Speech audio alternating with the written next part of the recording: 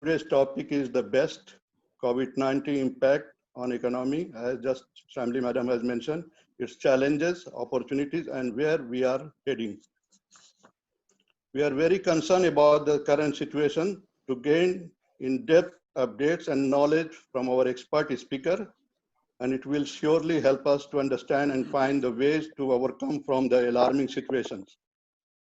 So not taking your more time, I would like to invite our President, Mr. Mansoor, to say a few words and introduce the speaker in details. Over to you, Mr. Mansoor. Thank you all for your patience. Thank you, Mr. Khurshid Bhai.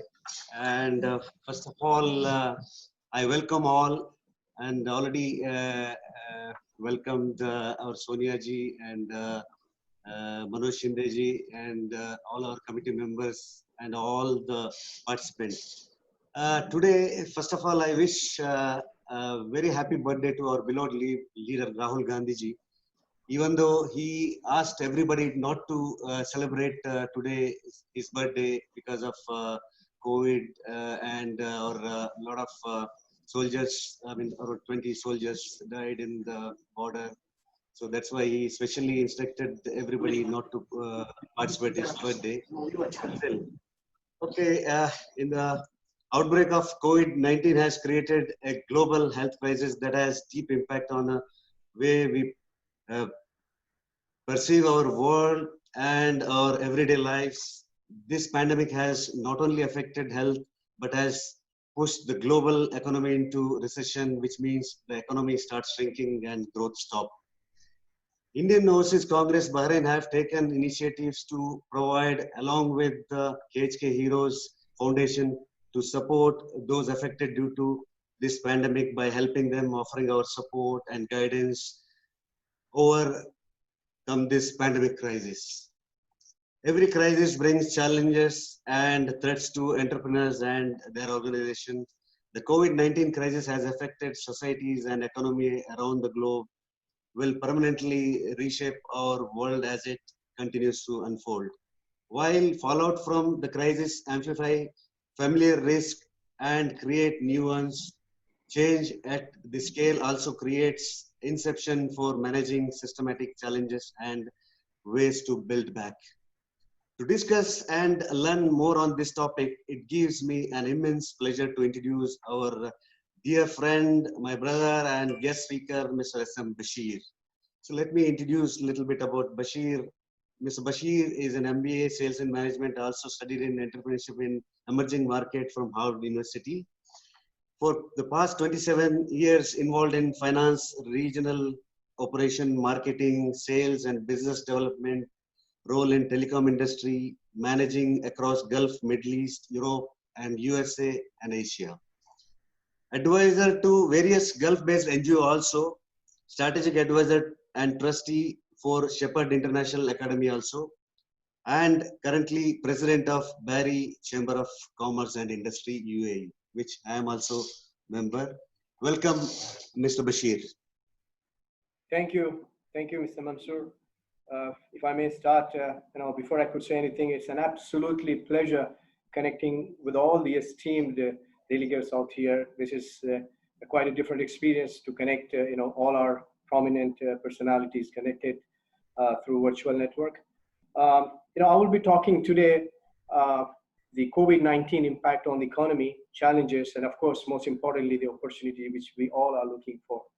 I will try to highlight the challenges on the global economy. That's to begin with. It's very, very important that to focus on a little bit on the global economy.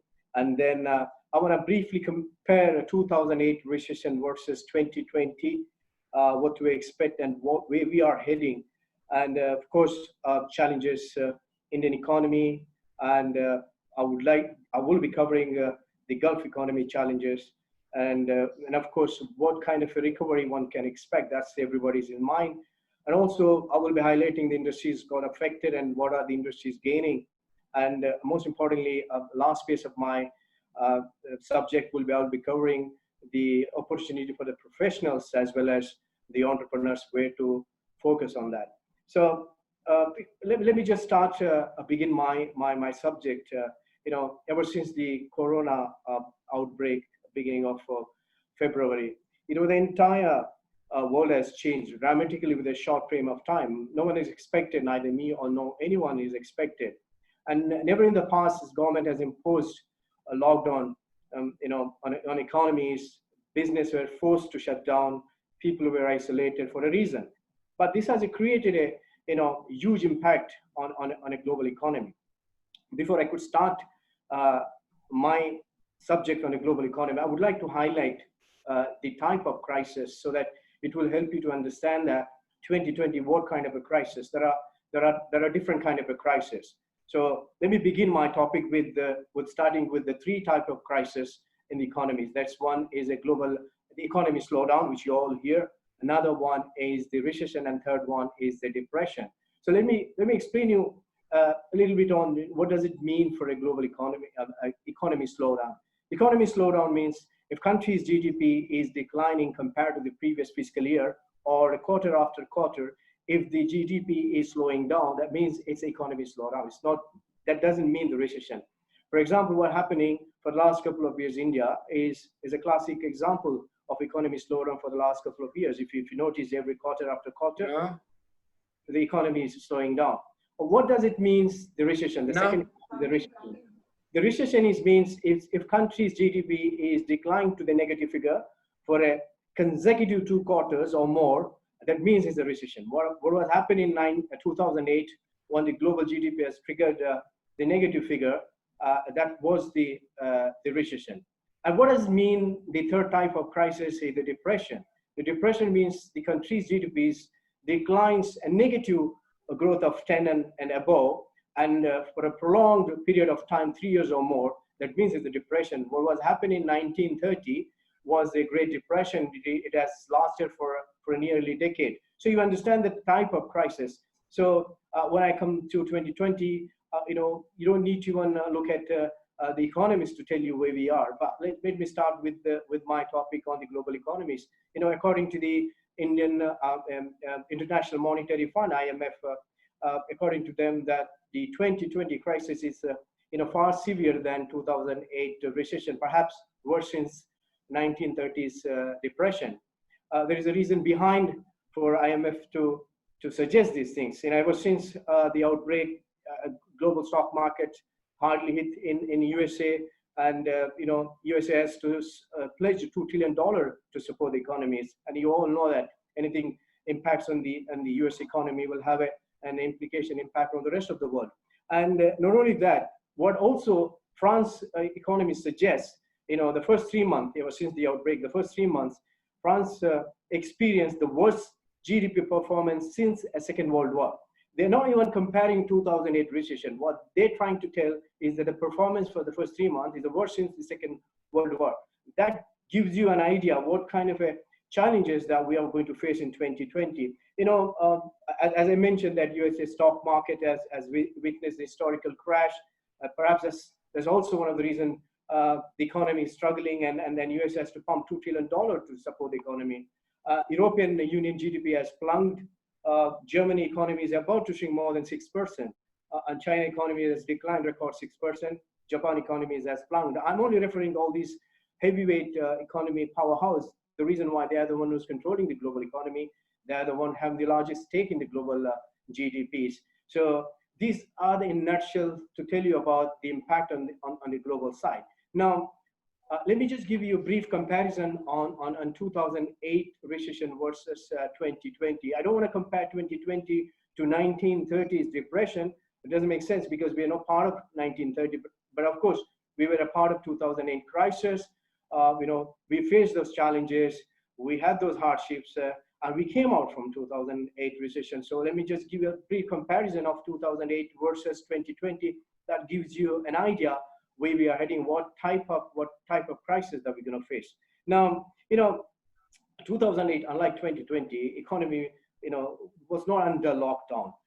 People were moving, people were working, economy were moving in 2008, and there was a problem in 2008. If you all know that the global banking suffered a collapse, and also global stock market collapse triggered the the worldwide recession. Even the Middle East got the biggest hit in 2008. But we were working that time, 2008, and many people, I mean, thousand people have lost a job.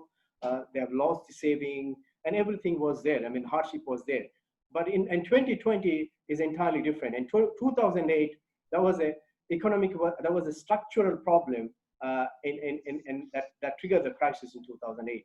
2020 is not a structural problem. It's not the structural problem as far as the economy is concerned. It is a volunteer choice by the government to lock down the economies. And we are not able to go, and the entire economy is put on hold, factories are shut down, plants are shut down, airline is grounded, and that triggered the massive impact in 2020. Let me give you a quick brief on the comparison of a 2020 versus 2008. 2008 took nearly 517 days, I think more or less more than 1.5 years it took to hit the global stock market to reach as low as 56% in 2008, but it took nearly 520 days. But whereas in 2020, the global market has took only 17 days to hit as low as 30%, and that shows the impact of 2020. So this is in a nutshell to let you know the impact and the comparison of 2008 and 2020. Now let me touch base the impact in Indian economy is very important. We are part of Indian economy also. So exactly the way I compare 2008 and 2020, I would like to just compare 2008 recession to India. When we had a recession in 2008, the 2008 recession hit just after when we were doing extremely well. The global economy booming in 2008. India was a forefront as far as the most emerging market concerned. The GDP was doing extremely well, quarter after quarter, GDP was doing well in 2008. Stock market was at peak in 2008. And without being biased to any government, without being biased to any political party, even 2008, then Prime Minister, Dr. Manmohan Singh, happens to be the economist. And of course, he was also known as the father of a reformer. He had those expertise, he has those abilities, but of course, a lot of things was favoring in any way because of his leadership. But he had those expertise, fiscal when it comes to fiscal deficit, enough liquidity to support the banking sectors. And India, one of the only few countries who has those resilience during 2008 crisis, and India has a lot to contribute even then. But 2020 is quite different compared to 2008 recession. 2020 is a global pandemic is hitting not just after we were doing extremely well or not in the middle of economic booming as far as Indian economy concerned. We were struggling for the last couple of years. Perhaps that's one of the reasons why I started my topic by explaining the type of crisis, economic slowdown, recession, or the depression. 2020, for the last couple of years, India is struggling. We are in the middle of a deep economic slowdown. And year after year, the GDP is declining. Quarter after quarter, the GDP is declining. And even a couple of weeks back, India has released the fourth quarter of the 2019-2020's GDP. What was expected to hit 4.6, but unfortunately, the GDP for the fourth quarter is hit as bad as 3.1 percentage of growth. But this has nothing to do with the COVID impact because India has put the lockdown. I think on 25th of March. This is I'm talking about the GDP is much before the lockdown. So these are the situation that India, but COVID is going to worsen in the existing situation. But also there are some other sequences I would like to highlight as far as Indian economy is concerned and the challenges like the rupee is at all-time high. It's going to even worsen. You all know that the rupee is at all-time high and unemployment rate is a 45 years high. The COVID impact will even worsen the unemployment situation back in India, and food inflation is at all-time high. Petrol prices at all-time high, in spite of having a oil price, a crude oil price to decline in the worldwide, and interest on deposit at 17 years low. That has a huge pressure on the banking sector. Bank credit growth at 50 years low. For a couple of years, you see that banks are merging. There are so many reasons. Perhaps these are the couple of reasons also. And recently, if you all know that, I don't know how many you are aware of it, recently Moody has released the report And this is they have downgraded the Indian economy status first time since 22 years. That means that since two decades. What does it mean? I mean, it's just not just a report. It is talking about Indian economy status. I think it will create a lot of concern over the foreign companies, with the investors, look twice before putting money into the economy where the country's status is downgraded. But not only this, the COVID is going to worsen the situations. And then recently there is a All India Manufacturing Association done a survey, and according to their survey, 1 out of 3 business are close to wind up. What does it mean? 1 out of 3 business is going to wind up. Manufacturing companies, only referring to the SME segment, small, medium enterprises. That means going to hit 10 to 11 crore families, people directly or indirectly. This is in general of India's situation. Of course, the Indian agriculture is going to hit so badly because many knows 50 to 60% of the Indian workforce are involved directly or indirectly to in agriculture. There are so many other sectors I will I will highlight a bit later on.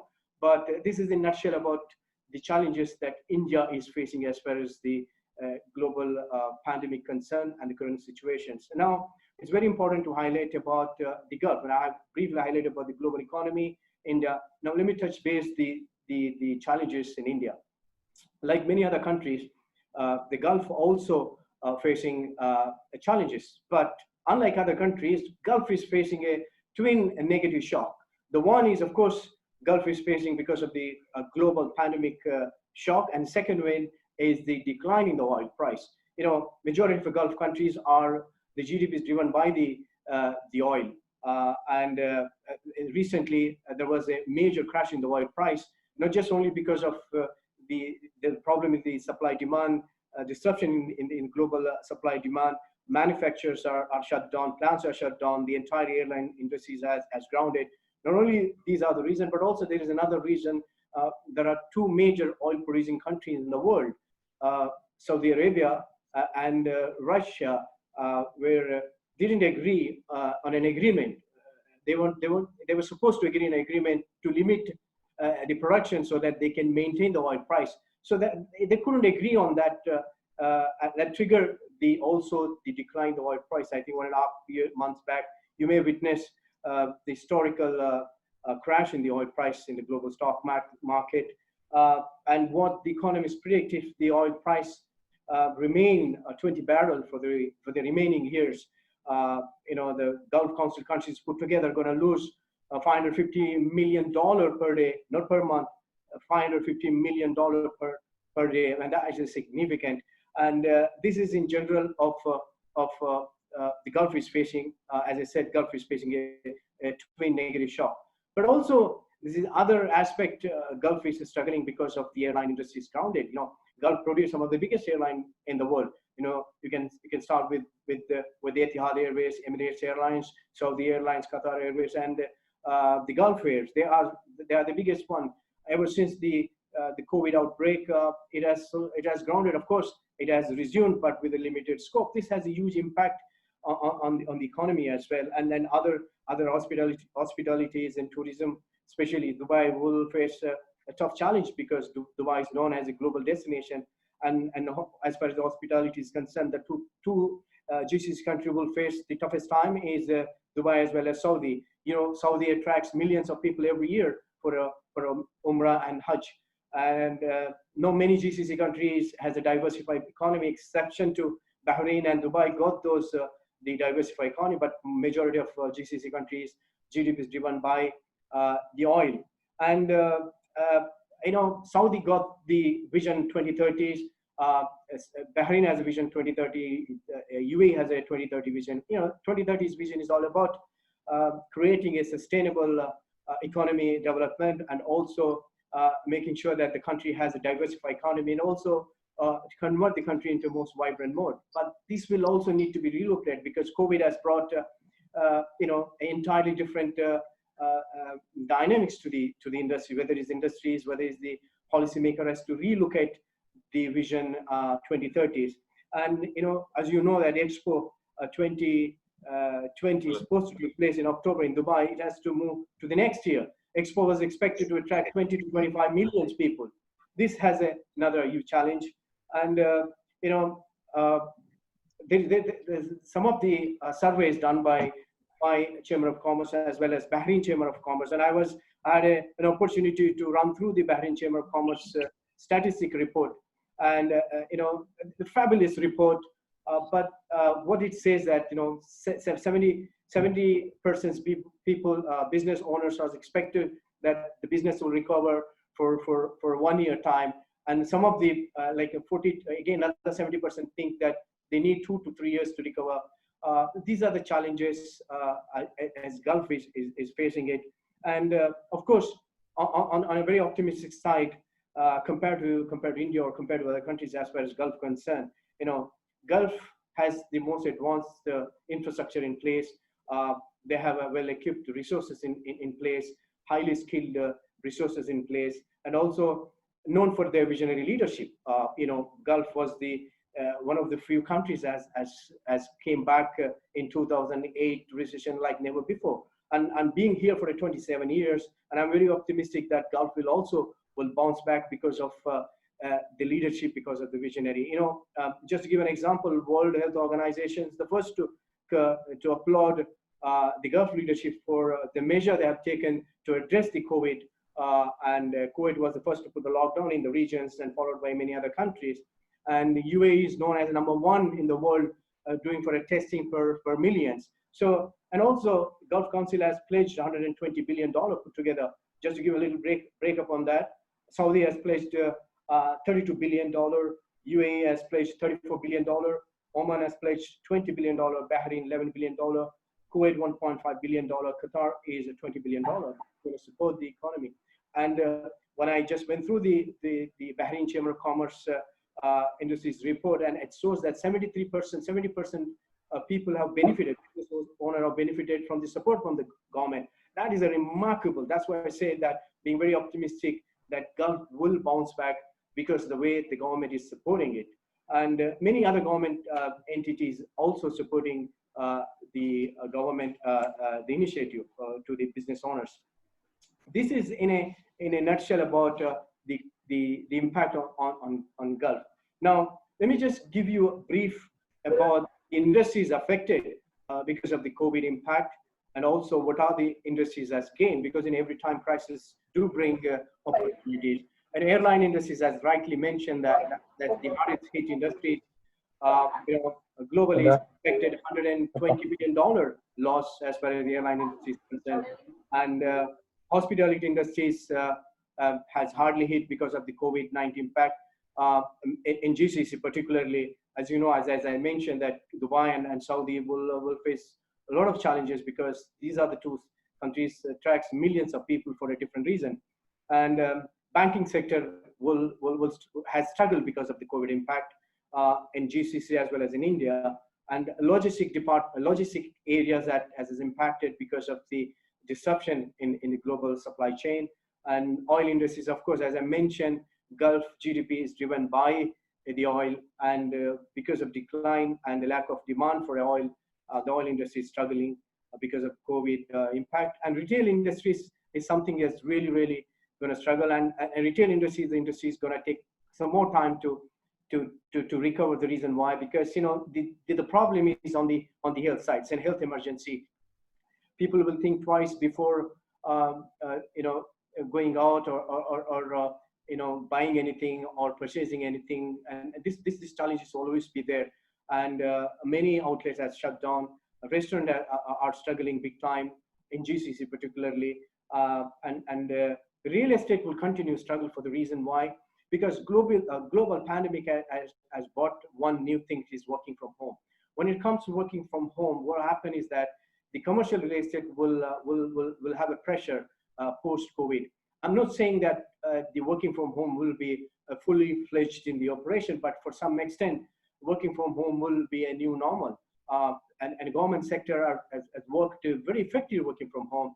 I can give you a small example. ADNOC, Abu Dhabi National Oil Companies, has created some kind of a record for having a 30 million calls done, having a meetings. Never happened in the histories. And then what the corporate companies also sharing is that they've seen the productivity and efficiency because of working home. Working home has its one advantage, and of course, it has own disadvantage as well. So if any corporate company is occupying 10th floor, do you think that they will continue occupying the 10th floor? I doubt, because they will manage their workforce in such a way they can just keep 3 floors and save a lot of OPEX, whether it is the rent, electricity, waters, parking charges, petrol, you name it. So they can look into all these things. And then global tourism has got really that's really impacted because of the COVID impact. The countries like Greece will struggle. 2008, Greece took nearly 1 decade to recover. But imagine this has completely shattered the global tourism, and manufacturing companies, fisheries industries, and hotels and restaurants are got impacted. But now let me tell you also the industries gain. We know a crisis do bring opportunities. One of the main area that gain big time is the health sector. Of course, the problem is on the health side, on the health emergencies. So everybody's rushing towards the health and the hospitals. Anything related to the health sector is gaining, whether it is the hospitals, healthcare, pharmaceutical company, medical tools, equipments. These are all gaining it because of the COVID-19. And then video conference technology, is some extent, is having an upper hand, and some specifically on the broadband providers, and Zoom, likes of Microsoft, Teams, Zoom, and WebEx. Zoom had hardly had 10 millions just before the COVID, and today the statistics suggest that they have 300 million users on a daily basis. That amazing and unbelievable growth that Zoom has experienced. And as another sector is gaining because of COVID is Netflix and Amazon. Of course, when you put the billions of people under lockdown, and this is the area that people all want to spend more time, Netflix and Amazon. And telecommunication industries, as I mentioned, I come from the telecom background. I know which are the areas that, of course, telecommunication or telecom played an instrumental role during this COVID time. E-learning has taken an upper hand, and they have booming e-learning or anything. You get to see, never seen some of the very prestigious institution like an Oxford, Harvard University pushing a lot of online courses these days because of the demand and hygienic products. Of course, it goes without saying, gaining it. Delivery service, delivery mechanism is gaining it. During Wuhan outbreak time, Alibaba's delivery mechanism has played an instrumental role in supporting there. And home entertainment, of course, has gaining it. Online gaming has never seen such a growth in the histories. Online gaming is gaining it, and of course, software industry is gaining it. These are the industries. If a profession is looking for focus on these sectors for an opportunities. Now, I just wanted to highlight about the next part year's challenges a little bit on the salaries. When you have a challenges, companies do downsize, because corporate sectors will try to save the companies. It's all about survival. And then the first and foremost, they will look at it how we can minimize the OPEX on operating costs. And of course, the first thing is they look at it, downsize the staff, and this is happening without naming any organization or companies. You're all well aware of it. This is happening is that either salary cut or layoff is taking place, and it will continue to take place till we find the stability on the economies. And I never seen, being 27 years in the Gulf, I never seen somebody is coming in online and announcing that we're going to lay down 3,000 people. It was very shocking to hear Uber's head of the human resources coming on Zoom and announcing saying that for tomorrow it will be your last working day for 3,000 employees. I mean, it's so painful to see all these situations. Many organizations will be impacted, expatriates, especially in the expatriates who's working on the SME sectors and the retail sector. I just want to give you last comments on the jobs, quoting the International Labour Organizations has predicted 38% all employees in the world is at risk, either salary cut or losing job. That means the 1 billion workers in the world, either salary cut or may lose job. 2.7 billion works may impacted directly or indirectly due to coronavirus, and that's something is impact.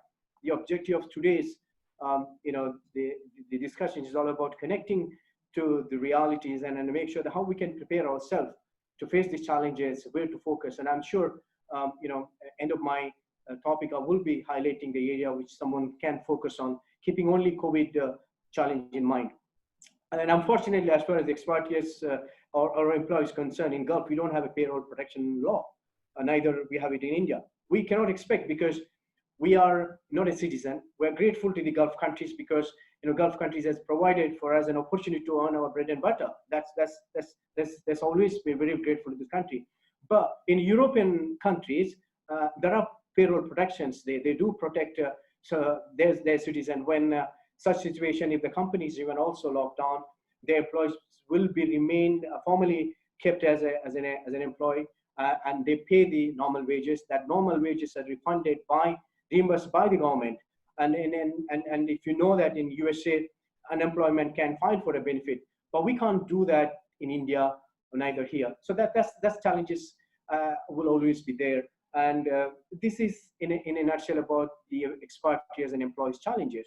Now, one question will always in our mind, what kind of a recovery we expect and when to expect the recoveries. I try to highlight briefly, each subject that it requires its own time frame, it requires an hours to explain, but I got my time limitation. I have to cover as much as possible. So that's the reason I covered global economy, India, industries, and Gulf as well. Now, one will always think and expect, and when we will have, what kind of expectation we have as far as the recovery concerned. Similarly, the way I mentioned about the type of crisis, there are also type of recovery.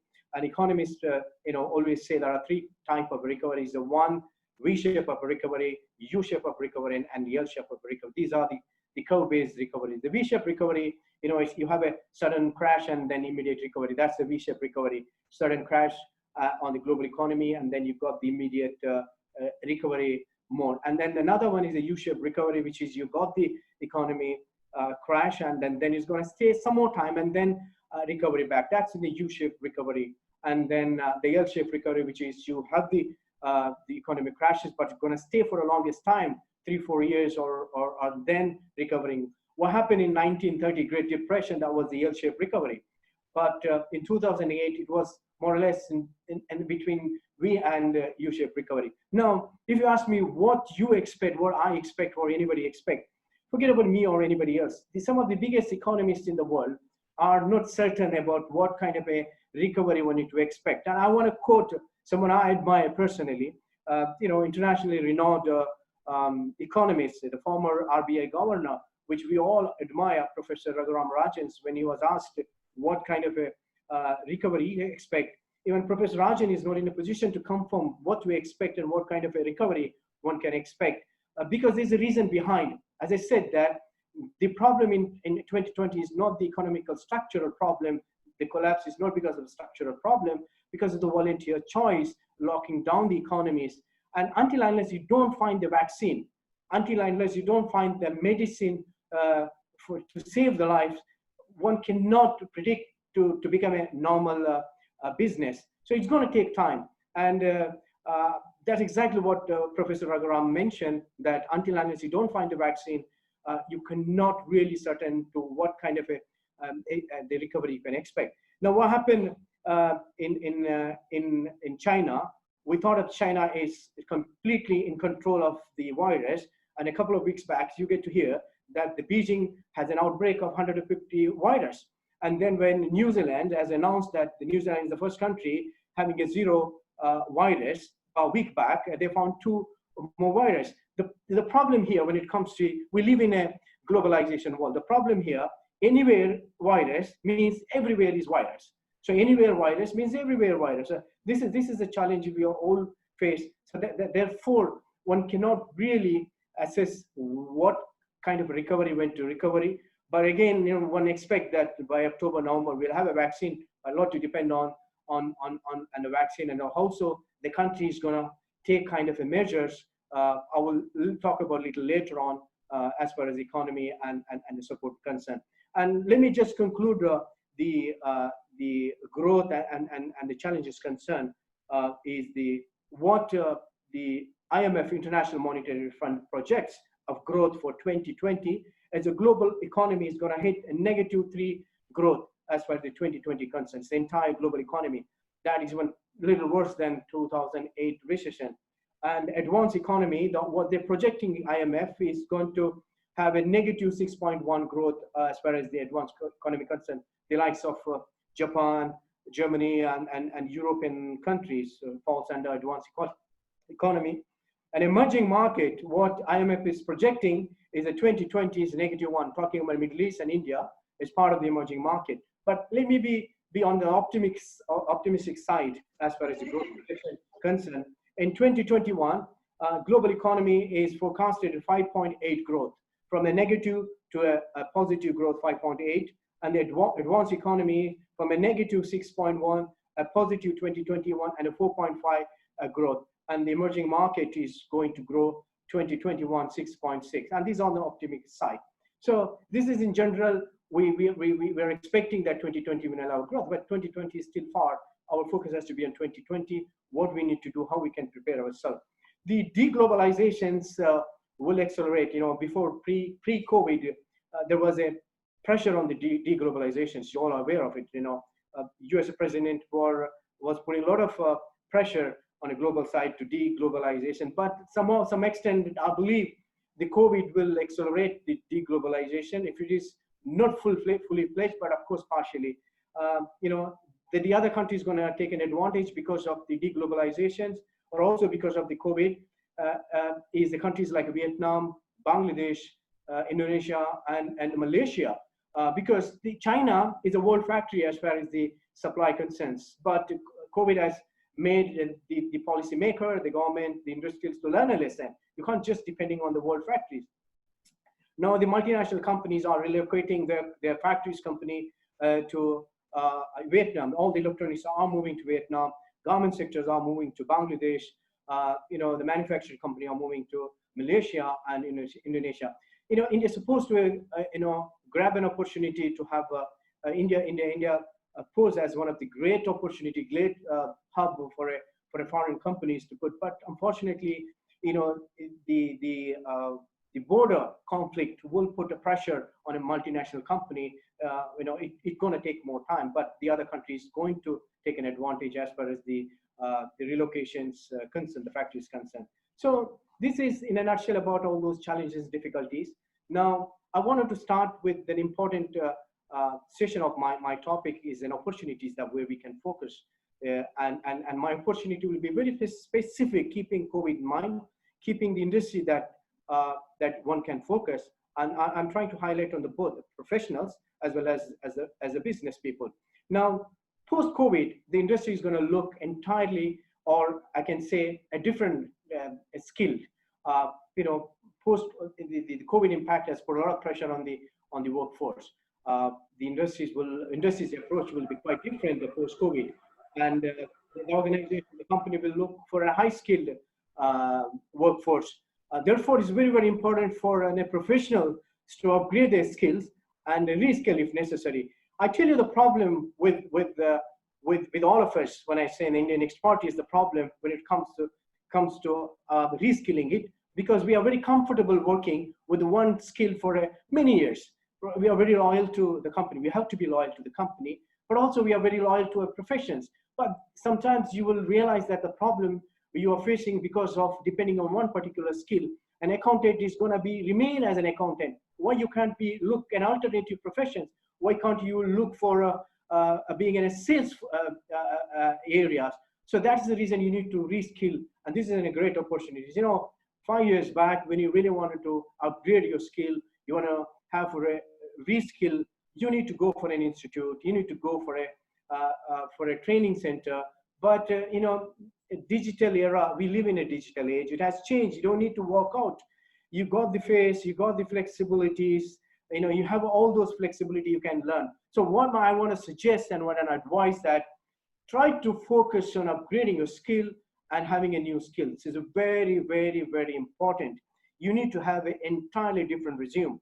just having experience in one particular industry or one particular profession will not be enough.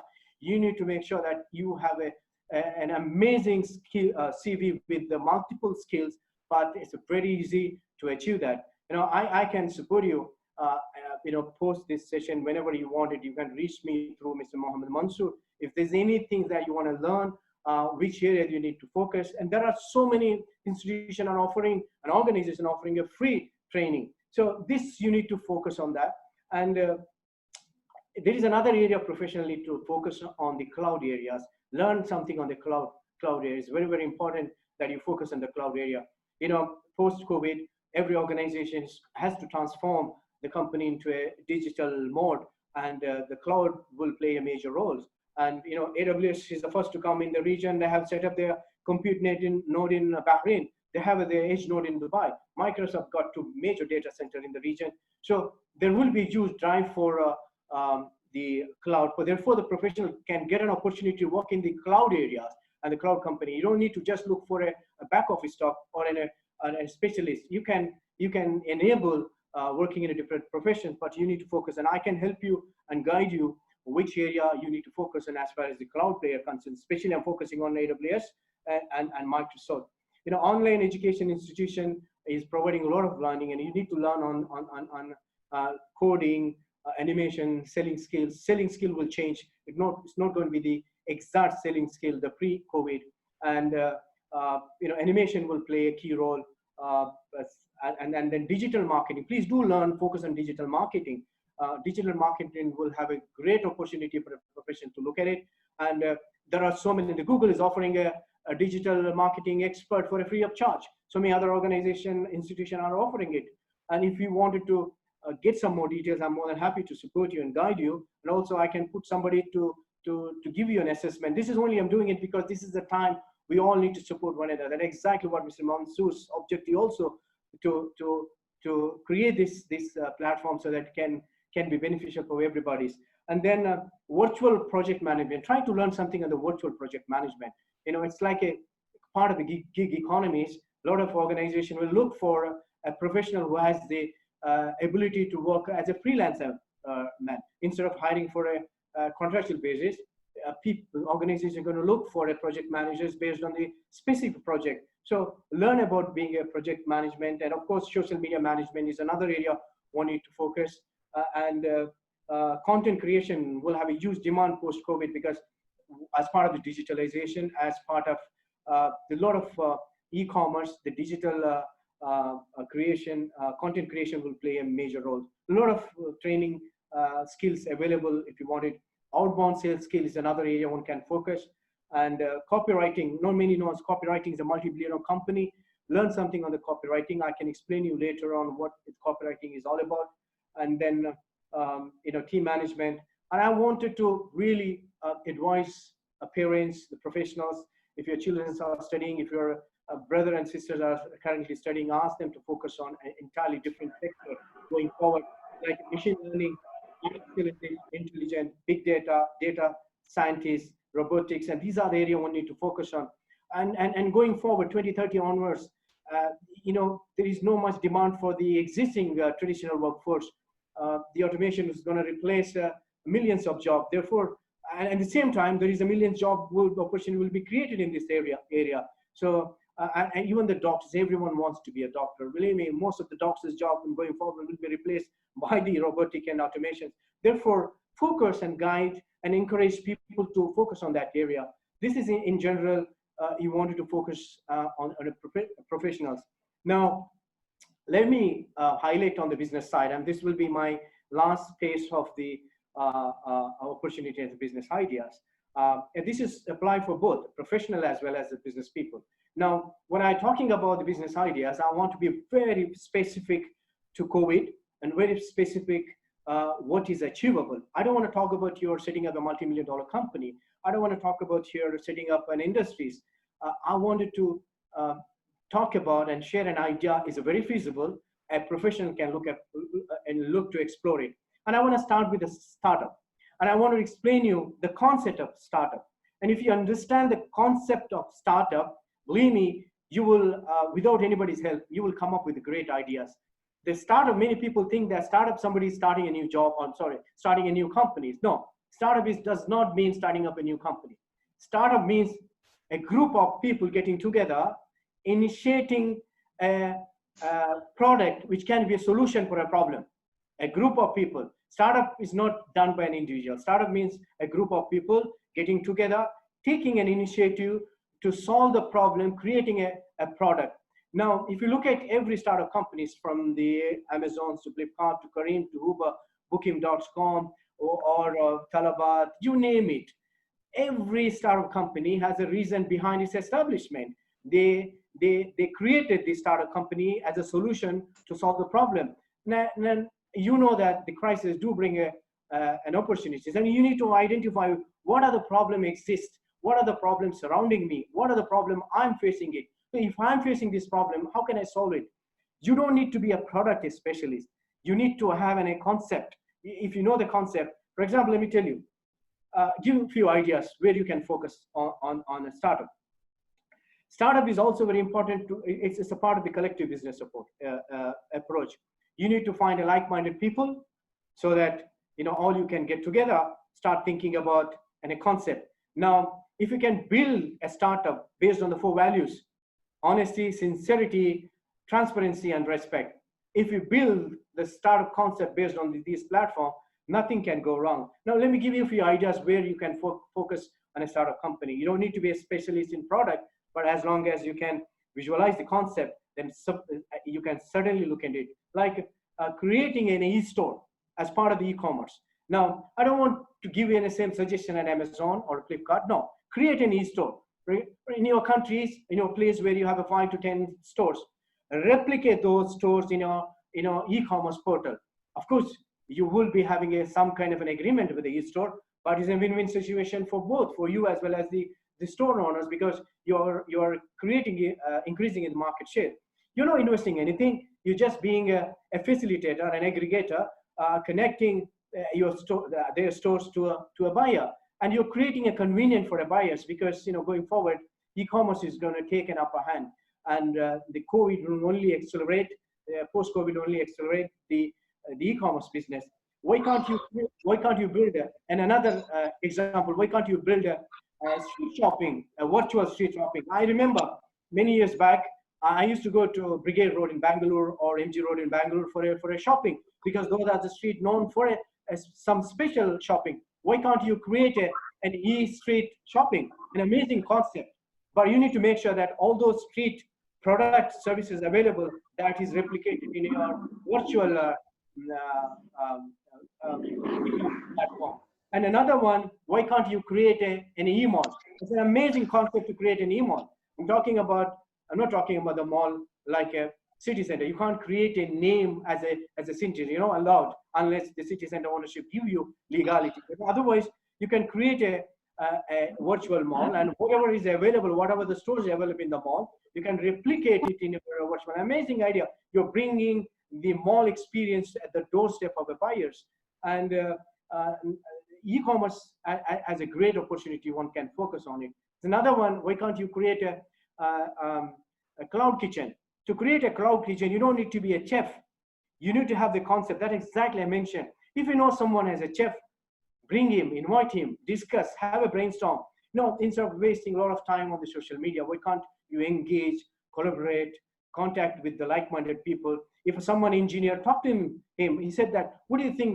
How can we work together? Talk to a chef. You're saying that I will help you. I will create a platform. So create a cloud kitchen. Cloud kitchen will have an upper hand post-COVID, because a lot of restaurants will, fine dining will take its own time to attract the people. I'm not in a position to take my family for a fine dine, for at least for another year. And then home kitchen is another where you can focus on it. Smart delivery, create some smart delivery. There is a need and demand for a smart delivery mechanism. And then why can't you create an online training, virtual training? A lot of the prestigious institutions like an Oxford, Harvard, they are pushing a lot of training, but they don't have a representative in the Middle East. Why can't you reach out to them, create another opportunity for you? And connecting distance schools is another great opportunity. Digital marketing, if you really want to focus on digital marketing. Digital marketing will have a huge demand as part of the digitalizations. And I don't want to talk about creating a mask or a medical supply, and everybody is doing it. So being very specific, keeping the post-COVID in mind. So these are the area one can focus on it. And if there is another area, you can please feel free to put forward any questions. And finally, I just wanted to conclude my topic in a note, and a very, very important note that I want to highlight here. One need to remember that successful people are those who can predict the future and prepare for it. Successful people are those who can predict the future and prepare for it. The world certainly will be back on track. The questions, are you prepared yourself to be back on track or left behind? Therefore, it is very important is that we have to prepare yourself. And I believe failing to plan is planning to fail. And I certainly believe that this is the time one need to plan for themselves. If you don't plan yourself, certainly you are planning for fail. Even if you don't do anything, that means somewhat you are actually planning for fail. So therefore, prepare yourself. If there is a challenges, also there is an opportunities. And we had those hardship in 2008. We came out from 2008. We will certainly come out from this 2020. But most importantly is that we have to prepare ourselves for a 2020. Yeah. With this, I conclude my subject. I try to wrap it up as much as possible.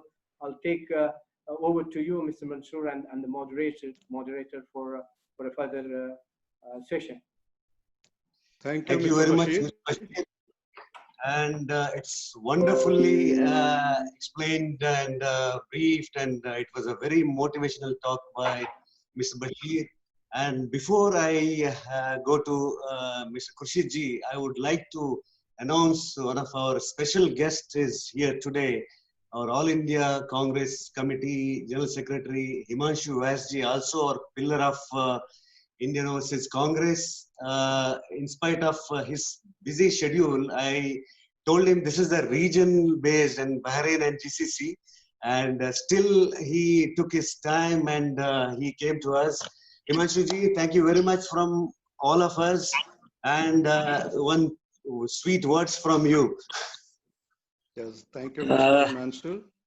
It is really encouraging for us. Mansoor ji and all friends, and special our guest, Mr. Bashir. I am very thankful that you have invited me. And I was hearing Mr. Bashir is really a great, very knowledgeable person.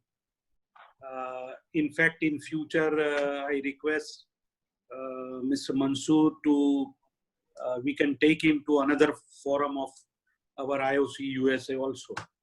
Because the thing what he was talking about post-COVID and the situation of economy after post-COVID, how it will have its own different route for the development. I think I heard him and I'm very enlightened to hear him. Thank you very much, Mansoor ji. I was also going through some of the thing, what will happen after COVID-19, because COVID-19 impact on the economy of India has been largely disruptive. According to Ministry of Statistics, India growth in Q4 2020 went down to 3.1. India was also witnessing pre-pandemic slowdown also. And World Bank, the current pandemic has magnified pre-existing risk of Indian economic outlook. So, as a Indian origin also, those who are staying abroad must be worried about the Indian economy. And there will be opportunity also after COVID-19. Dr. Amartya Sen has told that India will bounce back. But he has told some important issues that in the health sector, because India is a greenfield health sector, we have seen how the situation in India today of health sector. So there can be a great opportunity for the investor from the world to India in the field of health and health infrastructure. And India needs that because we are very much lacking of it. There'll be economical development, but in a different way, like Mr. Bashir said, that it will be a reverse migration. People will prefer to go to villages, not to cities. So development will take part in the rural areas of different part of the country.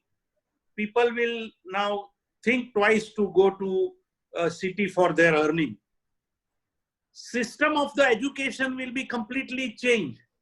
Previously, people wanted there should be a big universities, big rooms, big buildings, big classes, electronic boards. It will be changed. COVID has changed so many things. So it is going to be changed. Now you have to have a robust infrastructure of internet and all IT. Because now majority people will try to do online education. Like he said, it will be a virtual universities. Distance learning will be a big business. So the whole thing will be changed. Like I give my example, my daughter just came from USA. She studied political science and international relations from California. And she wanted to do post-graduate studies. She got admission in George Washington University, but she got a mail today that she can do the same course online. So she said that I can stay back home and I can do that study. So this thing will be changed according to me. One or two point more what Mr. Bashir talked about the opportunity in the startup. India will definitely have a tough time because in startup you require funding. And in funding, India will have little issue because startups are little in trouble these days. We have lost a lot of money in COVID-19, and to get funding for startup is really a big problem. But there is a great opportunity on the part of energy sector, renewable energy sector. And India in 2030, India will be, I think, a big renewable energy producer from non-fossil sources. Like solar energy, I think India will be the biggest producer of renewable energy. So these are all things we can work on it, and we can think about it. At the end of the day, we have to come up from this COVID-19 psychological impact. The main thing is the psychological impact. You know, every day when I go home and I feel that I am, saved today. What will happen tomorrow, I don't know. So that psychological impact has killed a person. Those who are enthusiastic also, they are worried on this. So I pray God give the strength to everybody. Thanks to Mansoor ji, Mr. Bashir, and all our participants of this conference. I wish them best, and everybody do well, stay safe. Thank you very much for calling me, Mansoor ji, on this Zoom, and I'm very happy. Thank you, Himanshu ji. Thank you very much. I thought you will just wish, but you had a brief and it is really helpful. Thank you. I'm thinking that, I'll have a separate session for you also on this talk. And Himanshu ji, before you leave, Himanshu ji, I would like to, introduce our guest. She's a Bahraini, and she's the first. She's a Sonia Janahi. She herself is an entrepreneur, and her brand. She started the first brand of Bahrain, which took internationally. The chocolate Maya chocolate brand. She's now Bahrain brand to international everywhere, and also she's a board member of Bahrain Chamber of Commerce and Industry. And, I need a separate session for her on the different topic. I will request her for this. See, And is always her. Mansoorji, I am also chairman of the Foreign Trade Committee of Gujarat Chamber of Commerce. So That's what I anybody want to interact with our group of Gujarat Chamber of Commerce anytime? She's a Bahrain Chamber of Commerce. She's here in our Zoom. She's always, let me tell you, she always helping for all our Indian entrepreneurs. Whenever we go with any problems, And thank you very much, Sister Sonia. And I need, I need a separate session for you. But now I need a little one sweet word for you. Thank you so much. First of all, I want to thank you, Mr. Mansoor, all the attendees, Mr. Bashir, for such an interesting discussion. And I totally agree with all the points that you raised during this webinar. It's quite eye-opening and on the spot, and everything that you related to. It's extremely tough times. The challenges post-COVID, we believe, as chamber and as government and as entrepreneurs, are even going to be more difficult than what we are in today, because there's a lot of unclear to many of us. So this is one of the factors that today, as the Chamber of Commerce, we're working on is what is post-COVID. What can we do today as a Chamber of Commerce to ensure that we support all our entrepreneurs? And when we say entrepreneurs as the Bahrain Chamber, we don't have differentiation between the nationality of our members.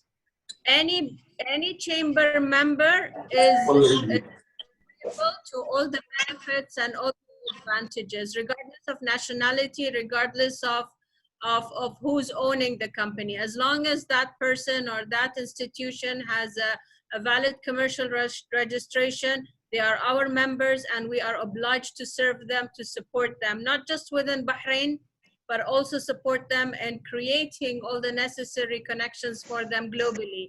And this is one of the areas that the Chamber is focusing on, is how to support the businesses that are in Bahrain to go global, and how to support global businesses to interact with Bahraini companies so that they can be joint ventures, mergers and acquisitions, affiliations that can support and take things to the next level.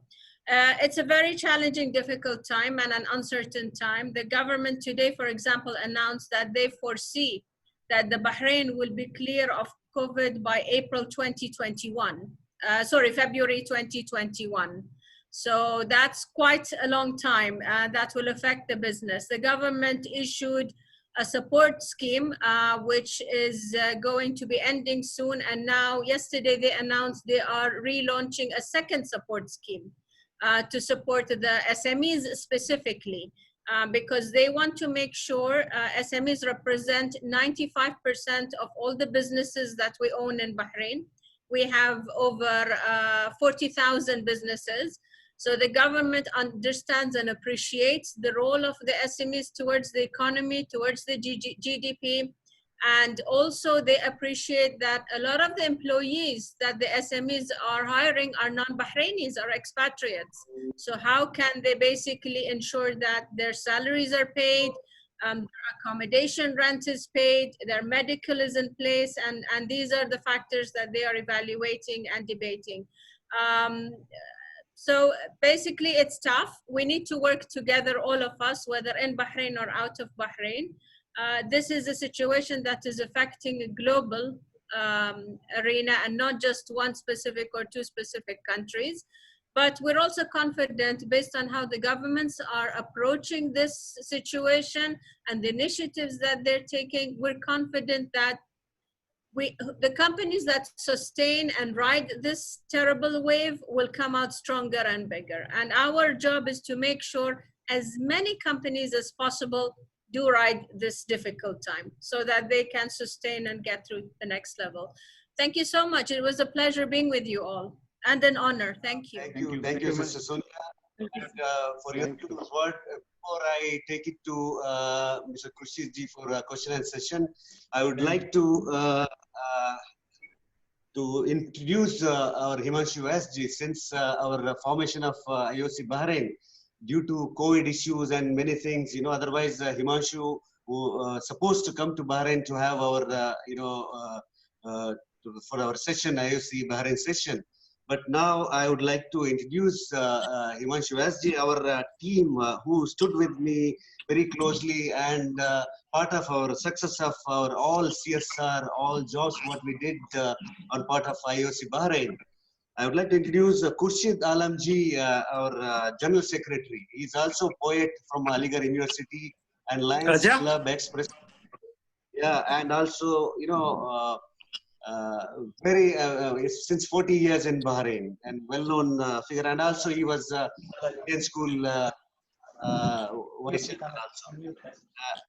And I would like to introduce our Sowichan ex-vice president, and he's the one who bought our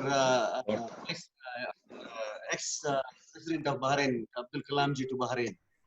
And also I would like to introduce our secretary, Jaifar Maidani. He's a very active and he stood with me for all the activities of IOC, and he's also vice chairman of Indian School Bahrain. And one more gentleman, Bashir Ambalai. He's always, if you see, you can see him in the airport or everywhere. He's a social service guy. Whenever you call, either he is in the mosque, in the airport, or in the market distributing food. And he's also very well with our KHK heroes together, whether it's the IOC, food distribution or transport, and very well social worker. And also,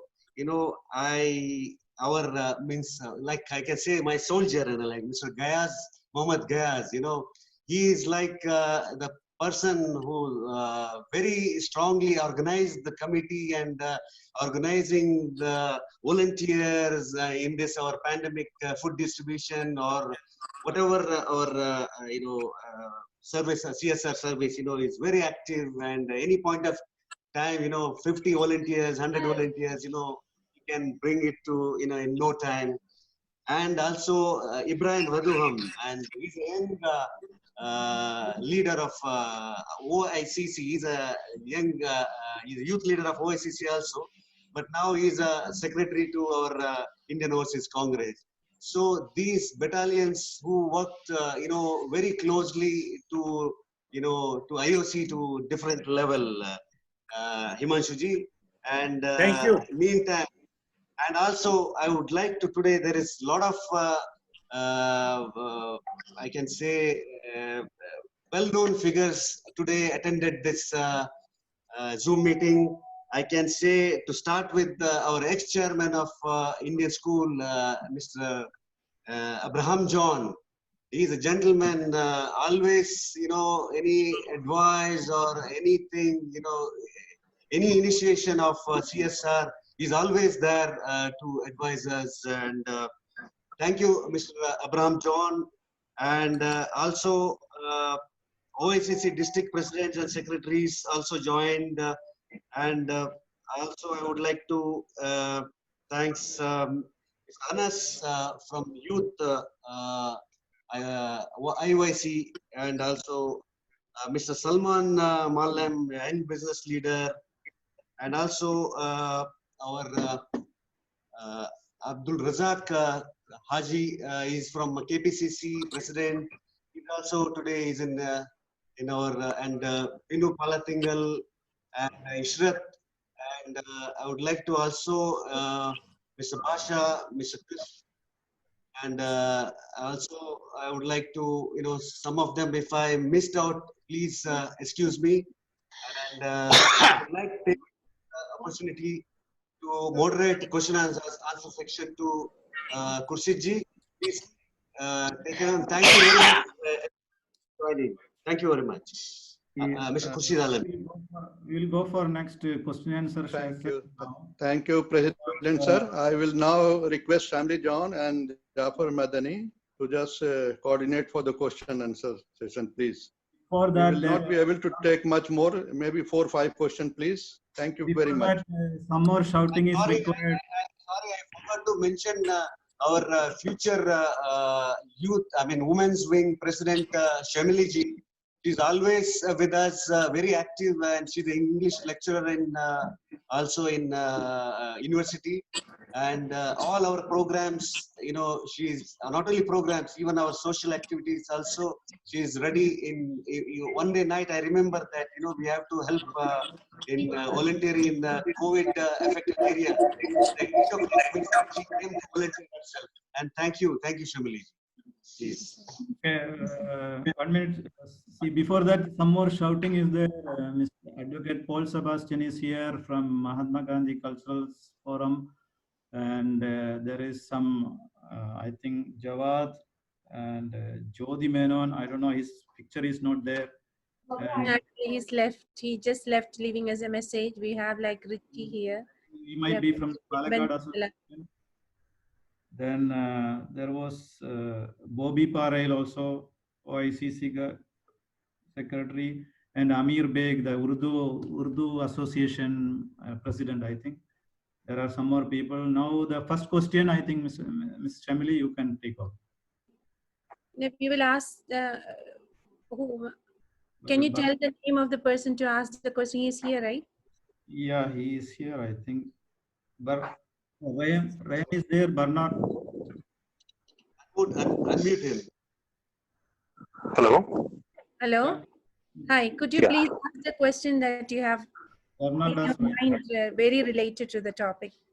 Could you Yeah, please? my name is Melal Naz Raymond, and first of all, it's a very honor to speak to all the dignitaries over here, and a very enlightening talk by Mr. Bashir. Thank you, sir, for being with us. So my question and my concern is, at the present situation and present scenario, we know that both private and public governments and all have to mobilize a huge amount of capital and to work on the current situation. Like more focus is to be done in the short term.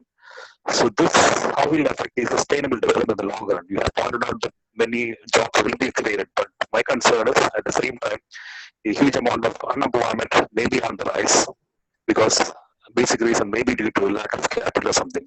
So the post-COVID, I think at the flip side, that to a certain extent, we may have a huge concern of unemployment. That is in general. I mean, I would like to have your say on the view.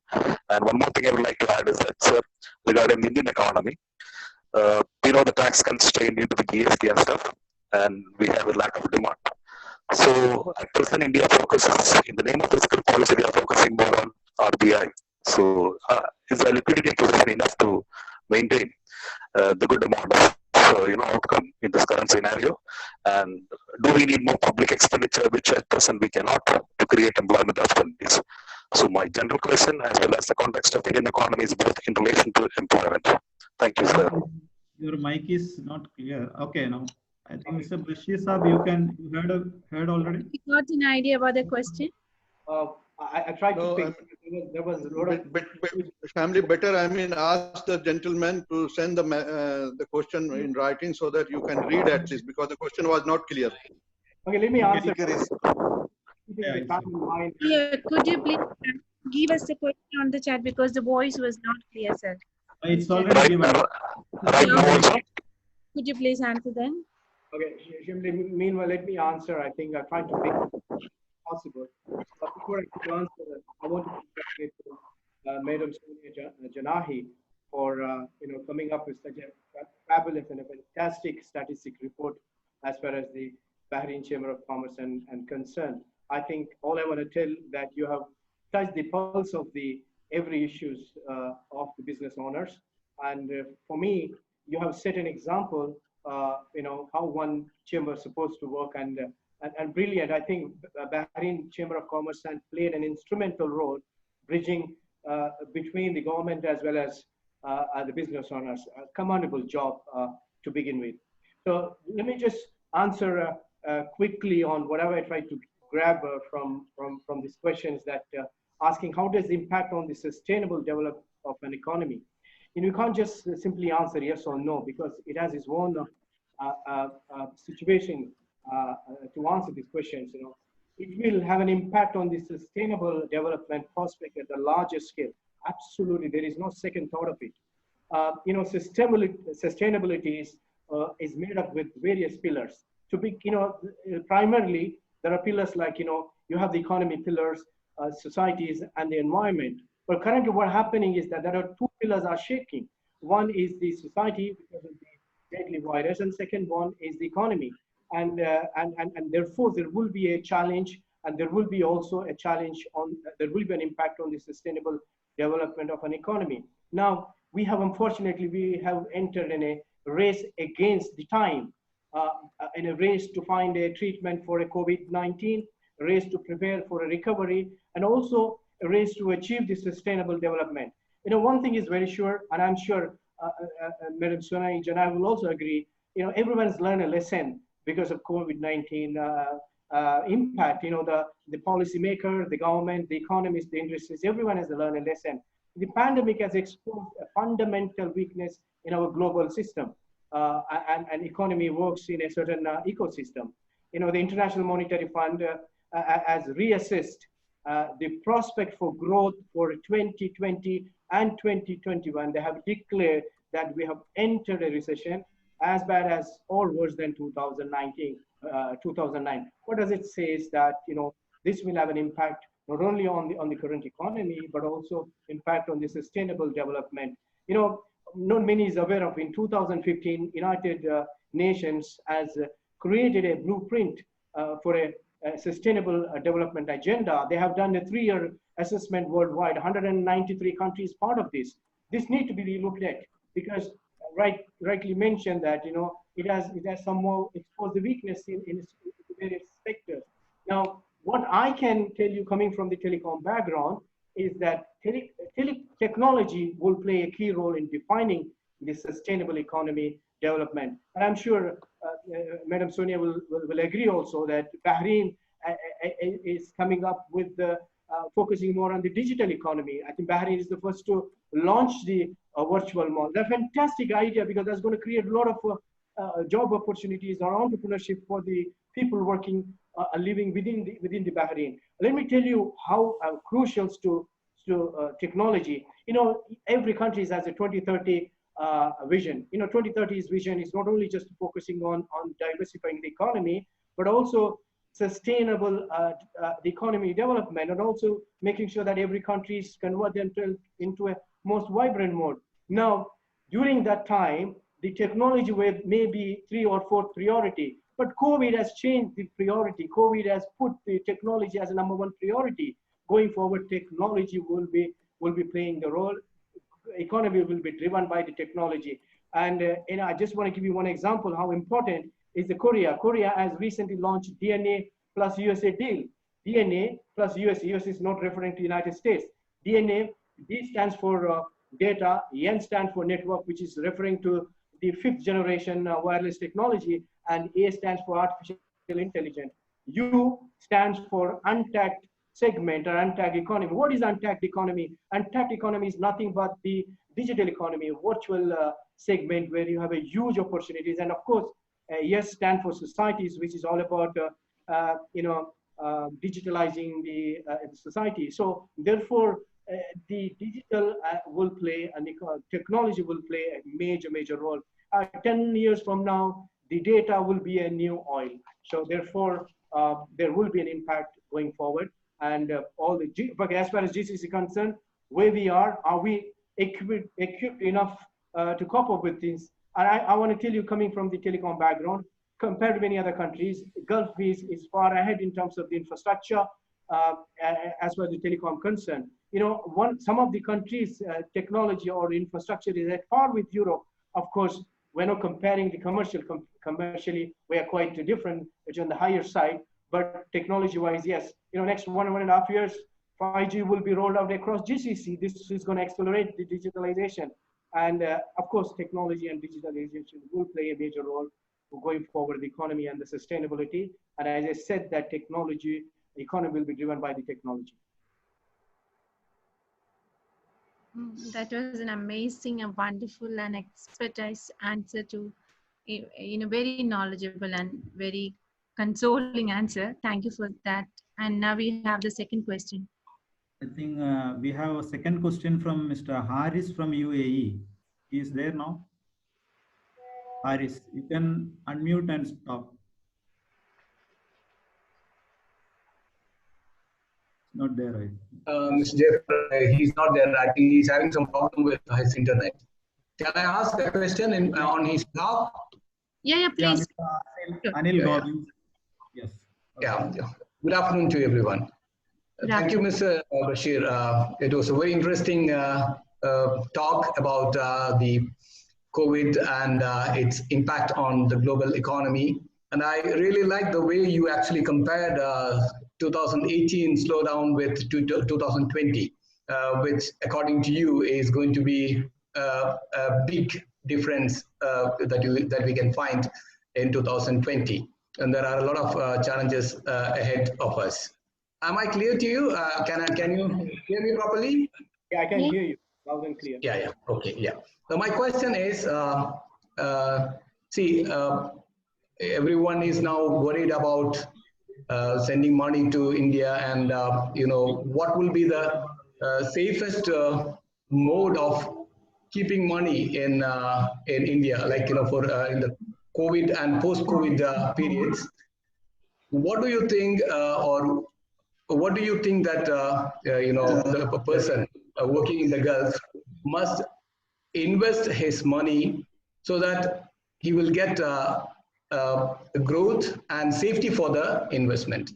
So, for example, if people who are working here, most of them are salaried class people. So, if a person who is working in a company and his salary is safe, like he's getting a regular income or regular salary income, where do you think this person must invest so that the money will grow and the money will be safe in India? All right. Thank you. The question is all about focusing on investing money in India, keeping in current situations. And to be very, very specific, every opportunity, every crisis do bring in opportunities. And I'm sure there are a lot of opportunity in India.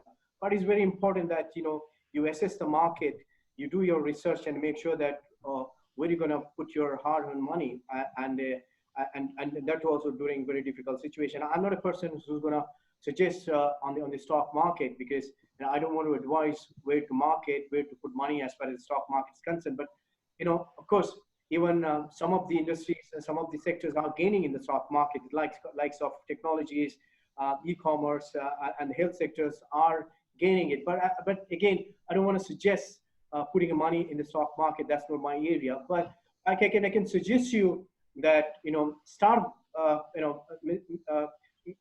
startup area where if you got your fund and if you have the right people, there are a lot of opportunities in India, and you can look at it, especially on the technologies, especially on the e-commerce.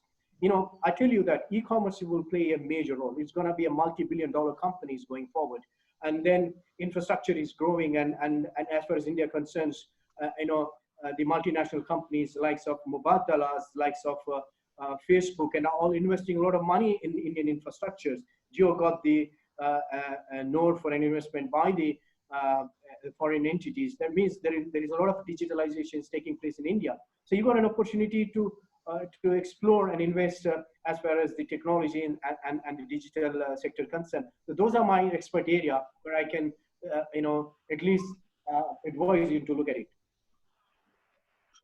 Thank you. Thank you. Okay.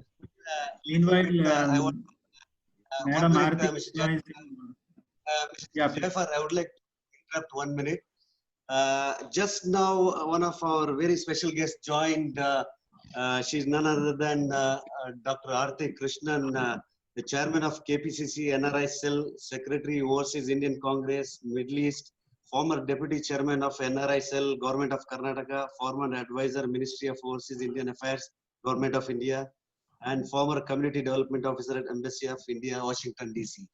And I think I don't need I think because recent 1 month, all newspapers and all TV channels and all work of repatriation of Indian, stranded in Indian in Dubai, Saudi, everywhere. The people are, you know, in videos and TVs and newspapers and all. You know, she's been Iron Lady and is very helpful. Even Sister Sonia, I would like to introduce Aarti also. She's a Iron Lady of India.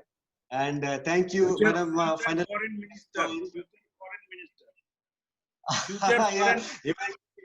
yes, Himanshu, I really agree with you. Okay, if our party would have been in power, she would have been foreign minister. Foreign minister. And yes, Aarti ji, please have one word, please. Unmute, please, Aarti ji, unmute. Unmute yourself, Aarti ji. Okay, good afternoon. Thank you, everybody, and thank you, Mansoor, for introducing me. Inviting me for this webinar, and thank you very much, first of all, for organizing this. And I would also like to thank all the participants and IOC members who are present there. And I'm sure Mr. Bashir, I know him well, and he's a motivational speaker, and I'm sure he's given a lot of insight into the present COVID situation, economy, and also what the future would hold for us. And I would like you to continue with the conference. Of course, I don't want to come in between and disturb you all. But I would like to say that from IOC Bahrain Committee is doing wonderful job. From the time this COVID situation started, Mansoor and all the IOC members have been tirelessly working to help the needy. And also now many of them who want to return back home. And I, of course, from 4 months, I think it's almost like full-time job for me, day and night working to bring back Indians stranded outside around the globe back home. And also now with the chartered flights where employers are trying to bring back their employees who are, you know, who have suffered job loss and other issues. So I've been also constantly helping whatever way I can. And I know that Mr. Mansoor is planning on chartering one flight too from IOC. I'm sure he's working on it. And if he does it, I have full support for it. And please continue with your conference, Mansoor, and thank you all again. Thank you, Aarti ji. And before that, I would like to just welcome Mr. Binu Palathingal and Bobby Parail and Manu and Shaji Thangachan from OACC Bahrain. Thank you all. Thank you, Aarti ji. And Thank you for joining. Jamban Jalal also is there. He was hiding. I think his picture is not. Please, Jafarji, please, if any name missed, please Yeah, Jamban Jalal. And on behalf of me, you only like that. Yes. And thank you all of you for joining. Family, unmute yourself and conduct the question session. Family, unmute yourself. I think we have a question from Naushad. Naushad is ready. I think please be ready. And meanwhile, our Vice President, Mr. Sovichan, wants to ask one question to Mr. Bashir on related to the same. 1 minute. Yeah. I'm very happy that Himanshu ji has also joined from our ACC secretary. I'm sure he's been there since the conference started. So I just want to being there. He's also joined in between of the speech. So irrespective of his busy schedule. Thanks, Aarti ji. Thanks. Thank you. I see. Hi, Mr. Sovichan, could you please ask the question now?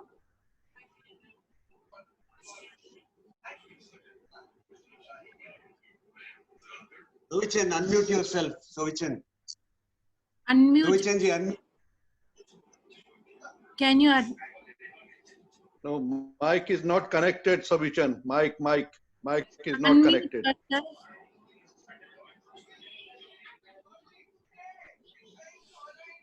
Okay, Shamili ji, if you have his answer, please can you just present that answer to Bashir?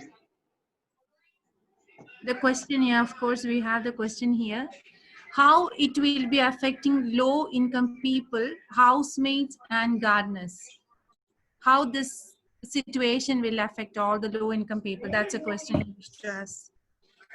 Well, the COVID is going to impact everybody's. Whether it is a high skill or white collar or the blue collars, or specifically answering whether it's a low income or the labor sectors, it will have a major impact for sure. Because a lot of labor force is working on the retail sectors, on the support staff, on those areas. When you have the retail sectors, when you have the sectors hit so badly, of course this will have an impact on the labor sector as well. I witnessed so many service staffs has to downsize their business. When they downsize the business, of course it will have an impact on all of the people. But it's not just the COVID. I just want to mention here, it's just only COVID. The post-COVID, a lot of automation is going to take place as part of the digitalizations. When you have a lot of automation taking place, the low-income people's job will be replaced by the automation, whether it's an artificial intelligence, whether it is a robotic process automations, and these as part of the digitalization, many work will become redundant. Of course, low income and unskilled people will be impacted a lot.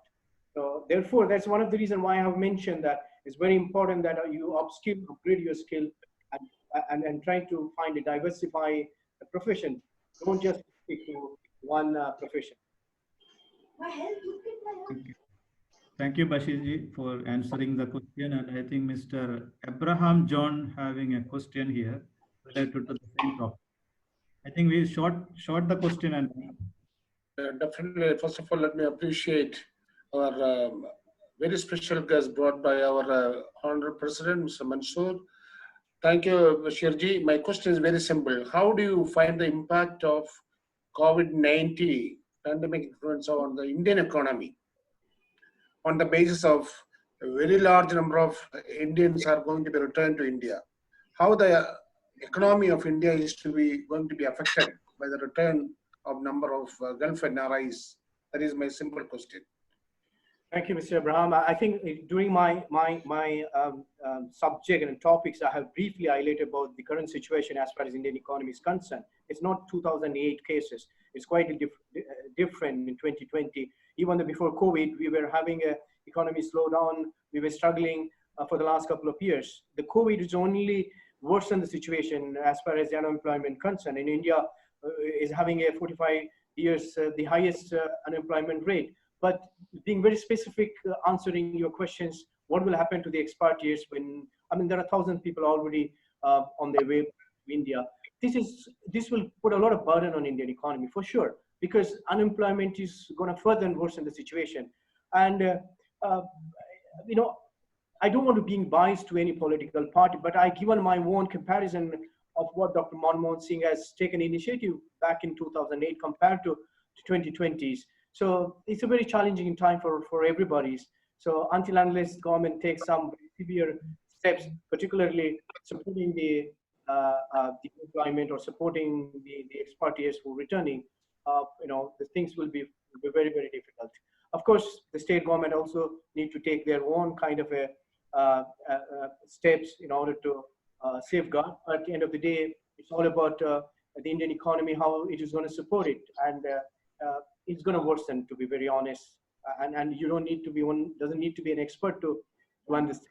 A sensible person can really connect what's going on. Let me extend my question, because as you may be aware that 3.5 million plus NRIs are living and working outside India. A majority of them are from the GCC countries, and the remittance that made, as you rightly said, 2008 recession was hold India without any, it was not at all affected. Then our former Prime Minister of India, Manmohan Singh ji, rightly said, the NRIs are the backbone of India. And now because the remittance that made, especially the Asian countries, India, Pakistan, Bangladesh, Philippines, Sri Lanka, all these countries, they were not at all affected because the remittance of NRIs. When it comes to India, we call it NRIs. Let me put one more word for this NRI definitions. Because time to time we were called NRIs, not required Indians, now required Indians, non-resident Indians. This is going to be a big impact. I strongly believe that if we are not going to the right direction at the right time, because look at here, the Gulf countries, the rulers of the Gulf, they are respecting us. They are even calling us residents. They are not calling the expatriates. In Bahrain, the Prime Minister of His Royal Highness, the Prime Minister addresses us. And the NRIs don't say that expatriates, he say the citizens and the residents. That consideration is to be given to the NRIs, otherwise our economy is going to be badly affected. I agree with you. Yeah, thank you so much. We call Mr. Naushad Ahmad for the next question. Is Mr. Naushad here? Can you please yeah, hi. Yeah. Good evening, all. Good First evening. of all, let me express my profound gratitude to the IOC for arranging such a wonderful awareness program in these COVID days. Thank you so much. Thank you so It much. was really worth enough to attend this session in the presence of 3 special dignitaries, and we had seen the great speech from S.M. Bashir, which had given great insights into what are the ongoing situations that we all face. So I have got many things to anchor on those points what he had detailed already. It was greater insights, but still respecting the limitations of the time, and I'm expecting IOC may have further gatherings ahead throughout these sessions, throughout the coming days, I hope, and I request for that. Parallelly, I may raise my concern to S.M. Bashir. Sir, since this is a gathering of global leaders in a way, who has extreme influence on the society, what is your advice for each leader to carry within him as a special mindset on these COVID days? What would you advise to those leaders so that it can have an effect on the community? What kind of special mindset that we should carry forward, looking forward to a new normal? Back to you, sir. Yeah, as far as the leadership concern is, leadership is all about guiding force, irrespective of whether it is a political leader or a business leader or a community leader. So one of the mindset, any leaders, and I totally agree with that. Everyone out here are leaders in their own manner, and some of the very highly dignified leaders out there. But what kind of mindset one need to have? The leadership, it is a guiding force, and this is a critical time, crisis time, and this is the time to show the way, guide the way, and also make sure that collaborations, connections, contacts, and motivation support one another. Most importantly, this is indeed a very critical time, and I don't think any one of our generation ever experienced this kind of a crisis in our entire life. I don't think even our father were experienced. The last pandemic, we had a mother of all pandemic, was 100 years ago, which killed 50 million people. And when we had a global depression, the Great Depression was 1930, we were not part of the generation, but this indeed a very, very difficult situation. I think the mindset of the leadership is all about the guiding. This is the time to guide and provide the right directions. The political party need to provide their own leadership. Business entrepreneur, business leadership need to provide their own kind of guidance and leadership. What the IOC Bahrain has done today, that's what every other organization should do it. I mean, it's not a political gathering today. It is all about understanding the situation, bringing expertise, making sure that you explain and show a way forward. And that's exactly what we need to do it. And today, for me, what the Bahrain IOC leadership has done, that's supposed to be done by anybody else, any other leadership supposed to be. I hope you answer the question. Thank you, sir. Thank you, Mr. Bashir, answering. And there are from our one of the leader from KMCC, Mr. Ashraf Katil Pedika. He has one question, I think. Ashraf, can you unmute and ask a short?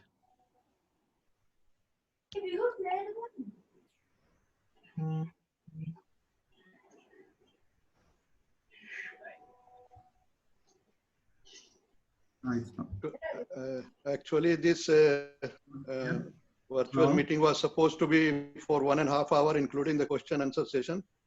But it is so success that we are almost 2 hours now. So Shamli John and Jafar, we will take one more question only. One more question. I think so. Yeah. Mr. Bashir, giving us your time. I think it's not clear now. Okay, shall I ask you one question? Ashraf, please continue. So No, we cannot hear you. We cannot hear you. Ashraf, unmute, please. You unmute, but still your microphone is.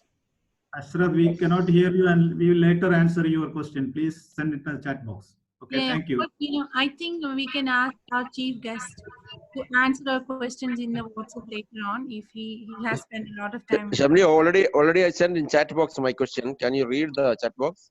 Yeah, sure. Now we can hear you also. Now We can hear you, Ashraf. Can you tell the question now? Yeah. Just only my question. This is thank you for the conducting such a meeting, and Mr. Mansoor and all the IOC team Bahrain. Also our special guest VM Bashir. I do hearing his speech. He's touching everywhere all the calculations and the before COVID and the current COVID situation and the upcoming situation he's explaining. I have one small question like entrepreneurs and SMEs in Bahrain or anywhere. He's saying that you can make a joint startup team or something like that, and we can make a virtual mall, virtual street, or whatever. So can you support if we do something, some type of coordination for this reason? There will be a support from your Mr. Bashir and the team behind us. This is what we want to know. Okay, Ashraf, this is the time for all of us to support one another. This is the time to stand by each other. And during my speech, I mentioned that I'm here to support any challenges, any guidance that you can always from Mr. Mansoor. And as far as the startup concerned, I'm happy to guide you. I'm providing the essential. Of course, I'm going to be part of your company, but I can be guiding force for you. But if you're in Bahrain, you've got a great opportunity to enroll in e-commerce because in the government, Bahrain government has launched the e-mall, and that is only allowing the Bahrain citizen and the Bahrain expert. I'm sitting in Dubai. I'm not allowed to enroll in e-commerce business in Bahrain. That's a fantastic way to safeguard the expertise within the Bahrain. Otherwise, the expertise has no limitation to beyond border. Sitting in Dubai, I can have my own startup companies in India, and I can have my own startup company in any part of the world. But what Bahrain government is trying to do is encouraging the expertise within the Bahrain. You've got a great opportunities. And then let me tell you that once you have the 5G technology laid out for next to 1.5 years, the experience of the e-commerce will be much different. And then, it will boost e-commerce for certainly to the extent which you cannot even imagine.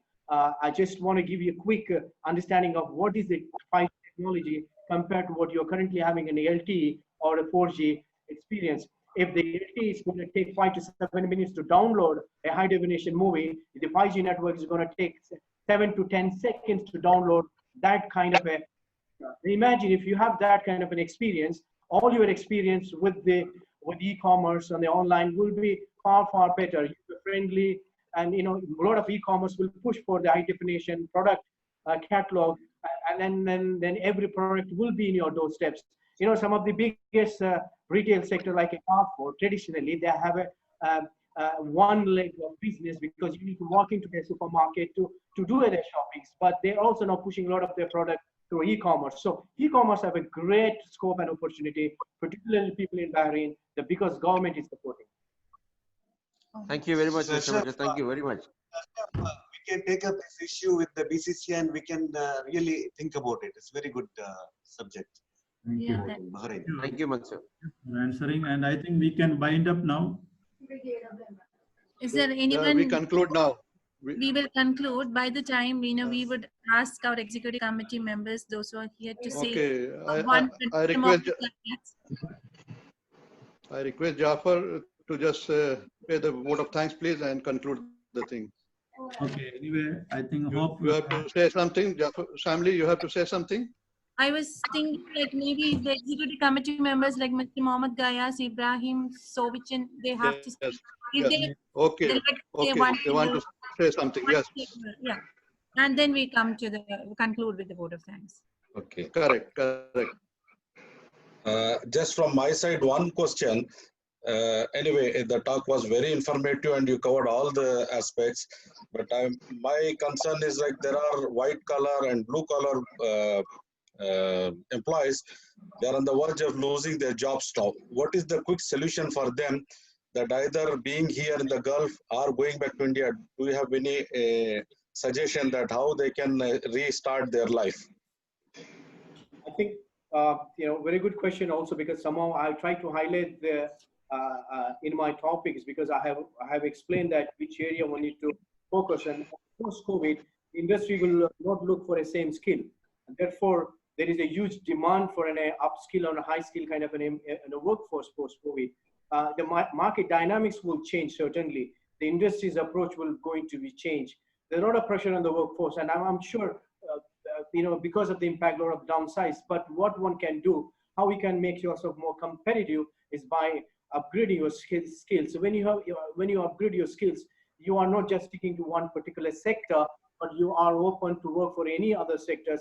So see, I don't want to suggest to go back and look for an opportunity, because even India is also facing a huge challenge as far as the unemployment concern. But why can't you got your time now? You have your pace and agilities, abilities to learn many skills. Unlike before, you can have everything. So learn those skills.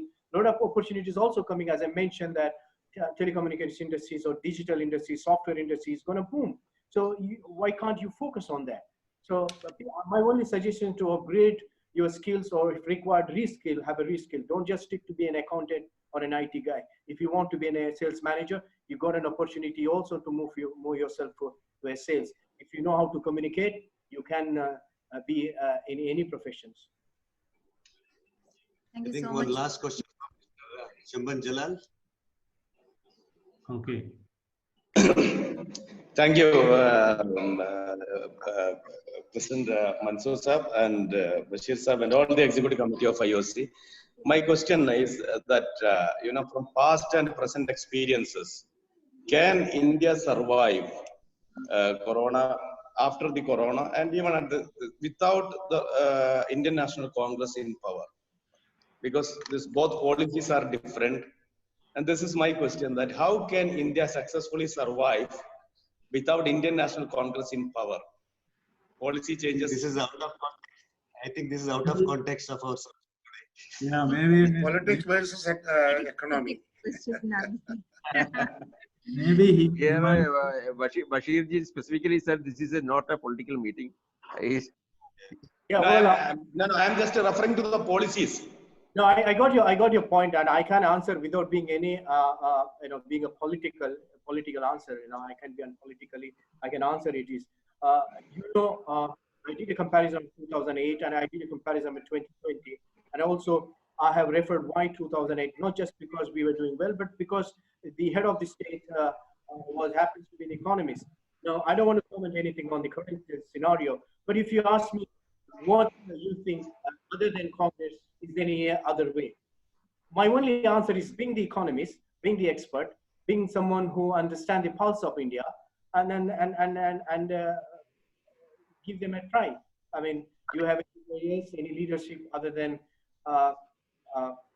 who has done 2008? I don't really have an answer. That's a brilliant answer, I must say. Okay, now I think is Mr. Ibrahim like to say a word here? Is he here? Or Mr. Bashir also want to say something? I mean, our executive committee member Bashir.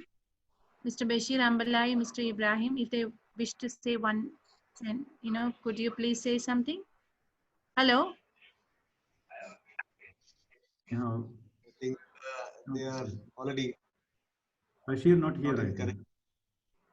I think you can. Okay, then. Ibrahim is here?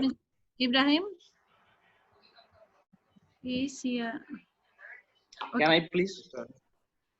Anzal Bahrain. Okay, okay, Yeah. Jafar, then convey the One question, vote of one thanks and question. let us.